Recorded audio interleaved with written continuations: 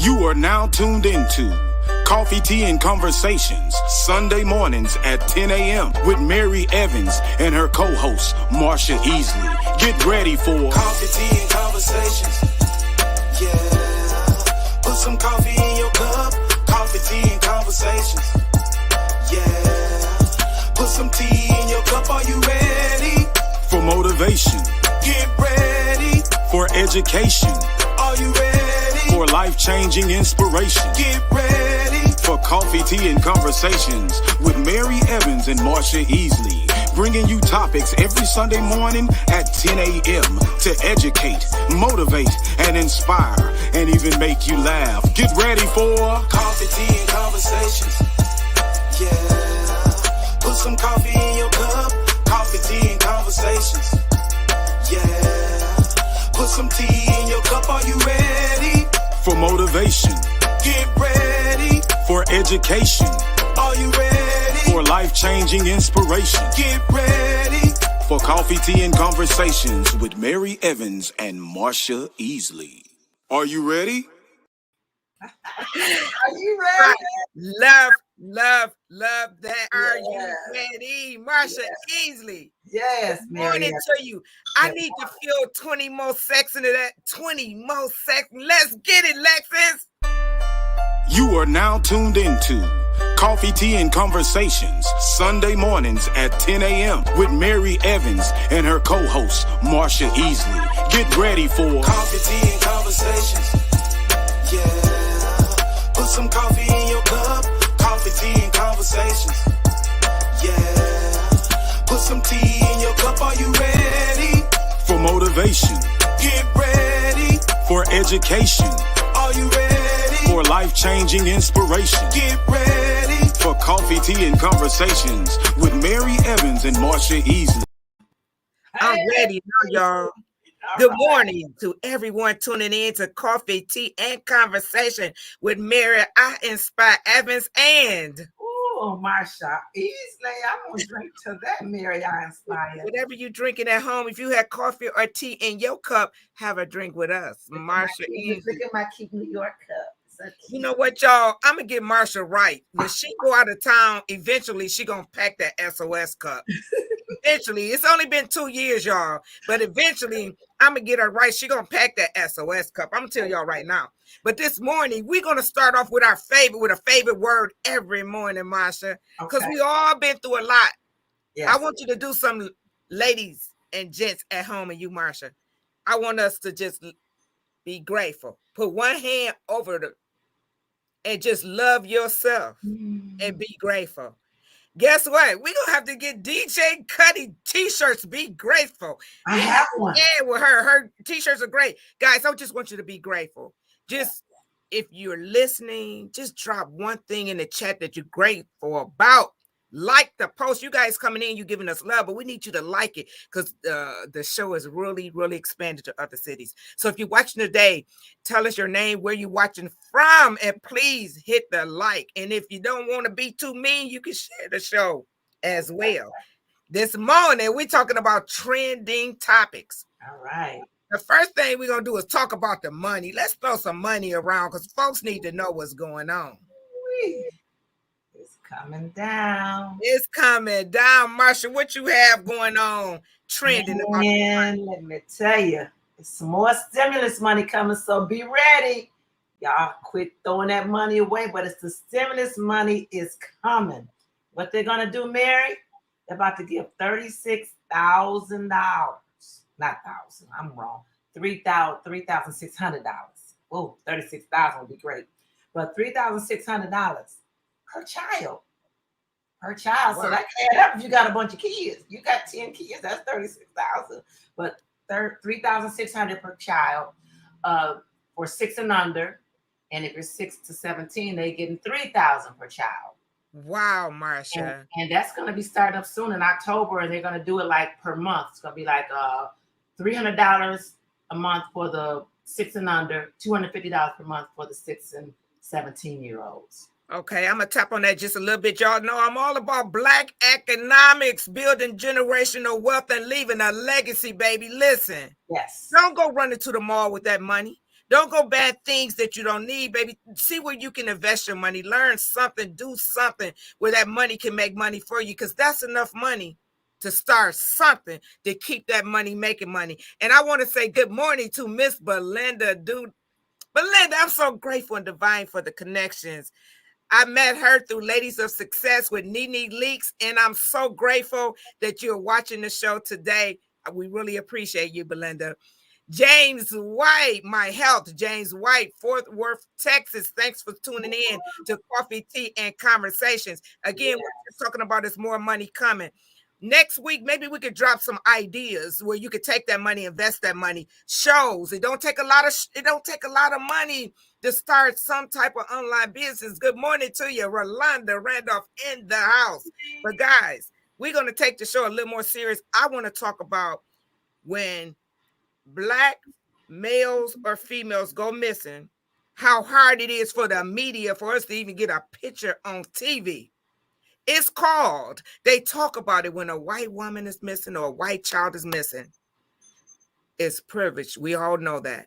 So guys, I was thinking, what can we do when we see a Black child or something missing? I know the platforms is so, we have a matter of fact, a little post I want Lexi to put up for us. Why don't missing Black or brown girls get the same media attention as white girls? Last week, an Instagram post about 14 Black girls who'd gone missing in 24 hours in Washington, D.C. went viral. It turned out the post was inaccurate, but it got people talking about the lack of media coverage for missing minorities.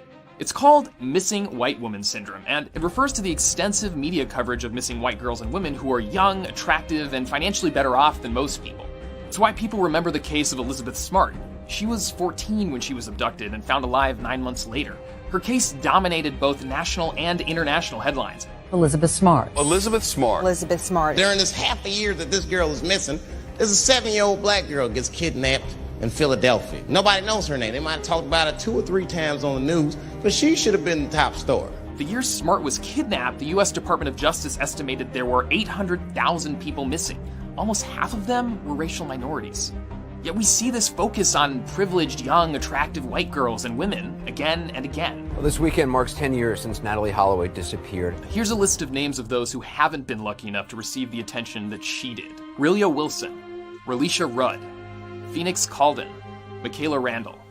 They're all still missing or presumed dead. If you do a search for Natalie Holloway, this is what you'll find. Search for Relisha Rudd, this is what you'll find. Of the nearly 470,000 minors who are missing today, 37% of them are Black, but they don't even make up a third of the media coverage. Organizations like the Black and Missing Foundation have been set up to combat the lack of media exposure, but progress is slow. So how long is it going to take for girls like Relia Wilson to start getting the same attention as the Natalie Holloways of the world? Ooh, Now that's deep. that's really deep. Now, Marsha, the thing about it, is just bringing a focus on how we it's just sad. That just breaks my heart.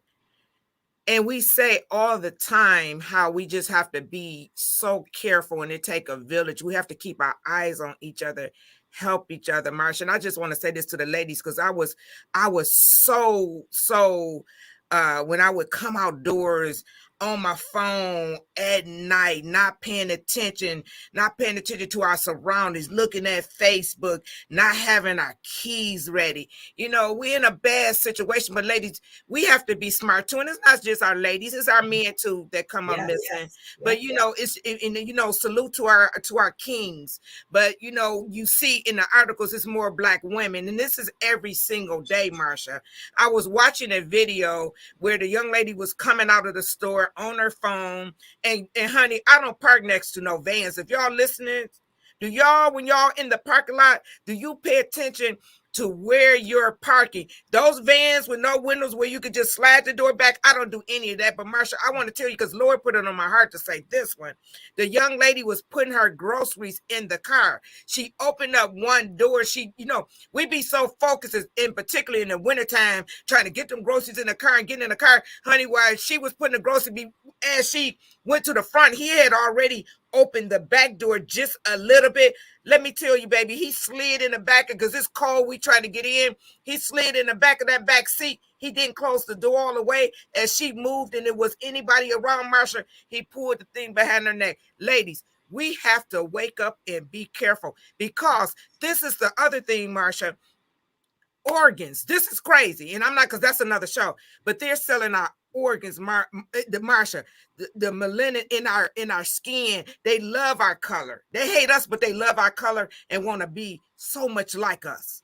So I'm saying this, ladies, with all my heart. We have to be more careful and stop, because I used to do it. Marsha, my phone goes in my purse. My keys are ready, because it's a shame, because we don't want to live in fear.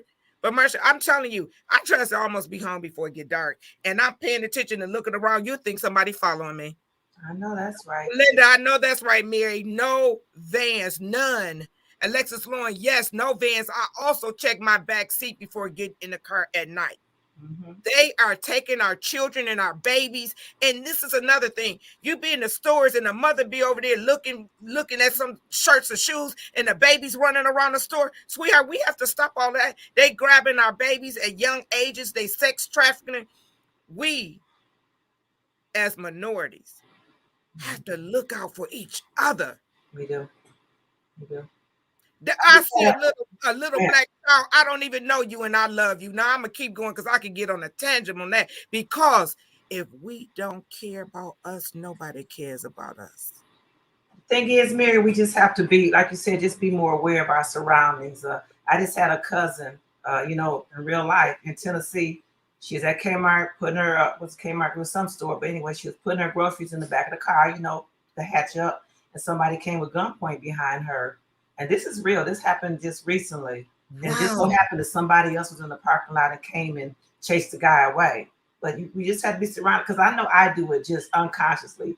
The fella just start putting stuff in the car and don't pay attention. And this was not nighttime either, Mary. Yes. It doesn't matter whether, definitely be aware at nighttime, but it doesn't matter whether it's daytime. It doesn't matter, because Marsha, some people get through, and some, 3 years ago, I was a temp carjack, and then we'll move to the next subject. Marsha, I was in Southfield, pulled up to the restaurant, and I do this all the time. I used to, ladies, and maybe I'm talking to somebody this morning.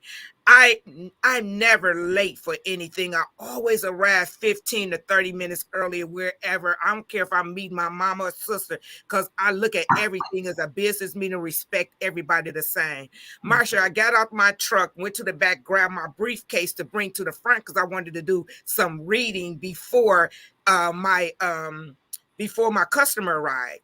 Soon as I sit my butt back up in the seat, Marsha, he on the passenger side, he raised up like he must have been down Russia. He raised up, grabbed the passenger door, and always, Marsha, I looked at that dude, he looked at me, and I always ride, loaded. I said, you got the wrong one today. Marsha, as he left my vehicle, he left bagging up. He didn't turn around and walk away from me showing his back. When he jumped in a car, another guy sped off behind him. I'm like, what is two cars from? Marsha and I was talking to a young lady at church. It happened to her sister. What happens is when one get in, they force you to drive, and the other one followed the vehicle. Marsha, this happened to her sister. Although she lived to survive it, Marsha, they raped her for 2 days straight, and they say she started using drugs after, and she was never the same and OD'd on drugs. So she did. Some people live through it, but I don't even want to experience. So ladies, that being said, we just going to move on. As I'm saying to you, just be careful. And that happened to me just 2 years ago. If my doors would not have been locked, and I'm so grateful to God that, they were, I don't, it could have been a whole different story. All right, guys, be careful. Good morning, Donna Jean Brown. Let's move on to the next subject. Well, we can smile. That was our first two topics, boy, I tell you. Welcome back. I want to hear, what did y'all think about this Facebook, Instagram? Everything went down last week. Where were you at, and what were you doing? Was you checking your phone? Did you have a fit or what? Because, honey, they say, Marsha, they say this platform is taking over our life. Folks can't do nothing. You go in the restaurant, the family there, everybody head in their phones. You get on the train. I don't care where you go, what you do, our heads and in this phone. I want somebody to talk to me this morning. How do y'all feel? Are you addicted? Marsha, where was you at when Facebook went down? What was your thing? I was doing my thing because I did not know until someone called me that evening and said that that Facebook was down. I did not know because when I looked at my Facebook, it was still on. So I didn't get shut down. So I guess it's just certain people, certain areas, whatever. So, but I did not know that it was a thing going on. Alexis Lawrence said, I thought my internet was broke. I know people were shaking their phones, looking and like, oh, I'm going to call T-Mobile. I'm about to call Sprint. I got to call somebody. Something is wrong, Lord Jesus. Something is wrong. You know what, Marsha? The platform and social media on a serious note has become so addictive. So, Marsha, I start checking myself. I don't know if you notice, I don't post as much. I try to stay in people's faces because I'm dropping some amazing things next year. And I just want them to just don't forget about Mary I Inspire Evans. But I don't post every vacation. I was in Chicago and I didn't post one picture. So I believe that I was addicted at one point to social media. I used to get up, go to the bathroom, see what's going on. I'm in the stores, at the stoplight, all of that. And I'm going to tell you something. It is so peaceful. I'm grateful that God has put me in a place where I really feel that everybody don't have to know everywhere you go and everywhere you're doing and every picture, your new shoes and your new purse and your fish and your wine. Guys, talk to me and tell me how you feel about this social media. And I'm gonna tell you something that has really helped me to flip and change is that some people in the world post so much. So I'll be like, God dang it. Well, you don't have to, it's cool, but you went to the bathroom, good, be grateful. Like, God dang it, I don't have to know every single thing. So guess what I do? I'm just not on there as much because it's their prerogative. It's their choice. So I just back down because it's just too much, 10, 13 posts, because I used to do the same stuff. You understand what I'm saying? So I'm talking from experience. So how do you feel? Guys, how do y'all feel about this Facebook, this platform? How do you feel? Do you think that it is taking over our minds? Well, we know it is. We know it is. It's so addictive. It's so easy to get all into it. I find myself when I wake up in the morning, I'm guilty. I look, see what's going on in Facebook. Who answered me? Who commented? So it is very addictive. But I'm sorry, I'm guilty. But you know what, Mary, what makes me feel good about it sometimes, I have a lot of people who say they live through my posts sometimes. They want to see what I'm doing, where I'm going when I'm out of town and doing fabulous things. So, Can I tell you something about that? Everybody happy. Let me tell you this. That's so funny because I used to get the same thing. Yeah. But once I stopped posting and they kept it real with me, they like, Mary, I love your page so much more because when I hit. And people tell you what they think they want you to hear, seriously. But each is to his own. You know what I'm saying? Because some of the stuff people say, okay, yeah, come on now, please stop it. But it's very few people that really is going to keep it real. They tell us what they want us to hear. Okay, we have a couple of comments. Michael Ross, thanks for watching the SOS Show live with Mary Evans and Marsha Easley. Black women leaders needs to speak their true voices to the lost generation of women, ladies and girls. Amen. You absolutely right. Michael, thanks for tuning in. James White, definitely addictive, but love your comment and checking yourself. Thank you, James. And then you know what? I really, really had to check myself because I have so much going on and so many amazing things. But guess what? Because I believe it's amazing don't mean everybody else mean it's amazing. You know what I'm saying? So like I say, I'm grateful because not only have I checked myself in social media in every part of my life, the COVID has changed my mindset. Okay. I always talk about be careful the way you save, spend, invest your money, Black economics and leaving a legacy. But I preached that so much and I was checking myself in all those areas, but I needed to check myself in other areas too. So I am grateful. Marsha Easley, do you have anything to say to our audience? Because they've been so good to us. They have been on the whole show making comments, and that's what we love. And if you have a topic that you want to talk about, how about you drop it in the chats or be a guest on the show? Belinda, I'm talking to you. You need to. Belinda's a bad sister in Atlanta, Georgia, baby. Okay. She's a bad sister. Guys, Marsha, what do you have to say? Let's talk about, tomorrow is Columbus Day.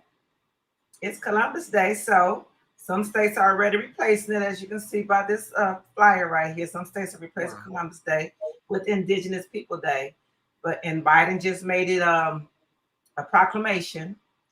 So, but we, it's long overdue, Mary.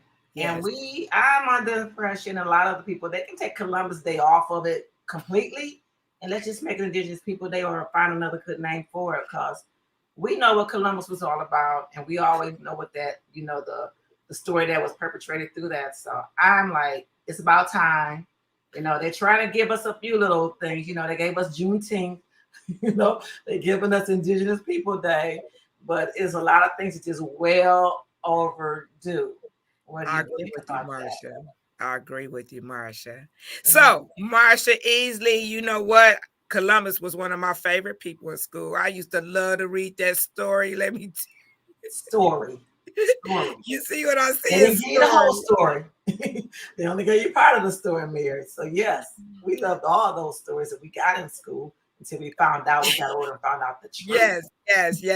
Well, Marsha Easley, I'll end the show with my one little last topic. I want to just tell y'all that this vaccine mandate is getting very serious. Listen to what's going on in Los Angeles. Vaccine proof required in indoor food establishments, movie theaters, malls, bowling alleys, concerts, hair salons, and barbershops starts in November. I want to hear from you. Do you think it's fair to push mandatory vaccines on people? Marsha, how do you feel about that? I'm here in New York right now. I'm in New York, and you can't go inside anywhere without showing proof of vaccine. So you can't say you vaccine. You have to show proof, and they're not playing here. And I'm not mad about it. I'm just saying I'm not mad about it. So we have a lot of Delta hospitals, emergency responders that have lost their job. And guess what? They're saying you cannot get unemployment if you lose your job because you won't get vaccinated. Yep. Again, I want to hear for at least one person that's tuning in. Do you think that it's fair that it should be mandatory? Marsha, do you think that should be a choice that we make? I'm not feeling the mandatory thing, Marsha. Are you? I am feeling it. I'm not mad at it. I feel like if you don't want to comply, then you should not frequent whatever establishment is requiring it. I think it's about being safe or trying to be safe, even though you can still contract it and give it to people. It's still a little extra precaution, and I'm all for it. I'm not mad at it. Because I can stay home if I don't feel like I don't want to do it. And if you think it's constitutional, you're going to go and constitutional rights, everything, that's on you. Marsha, if we have to stay here all night, somebody going to tell me how do they feel about mandatory making you take a vaccine. Somebody better tell me something. We're going to be on here tomorrow. Can we get somebody to comment on that? It is serious. You don't have to mandatory get a vaccine. You don't have to get a vaccine. Alexis. Yes, Alexis says yes, because this is a global pandemic that's killing millions of people. Well, Marsha, we're going to go out with that. We need to be safe in public again. But guess what, Mary? Costco's is having this thing right now because the pandemic is going up. They're limiting water. They're limiting toilet paper. They're limiting cleaning supplies again because they think it's going to be a big spike. So, it's real. It's real. It's not. It's happening. It's real. And we want to thank you guys for tuning in one more Sunday with Coffee, Tea, and Conversation with Mary Evans and go Spartans. My Spartans are under. Hey, we have to read Veronica Lewis post. All that junk I was talking about, somebody comment. Come on. Thank you, Veronica Lewis. I am okay with the mandatory vaccines for employers. Yes. Okay. You guys have a great evening, and we're so grateful. And remember to love yourself and be grateful. Have your tea.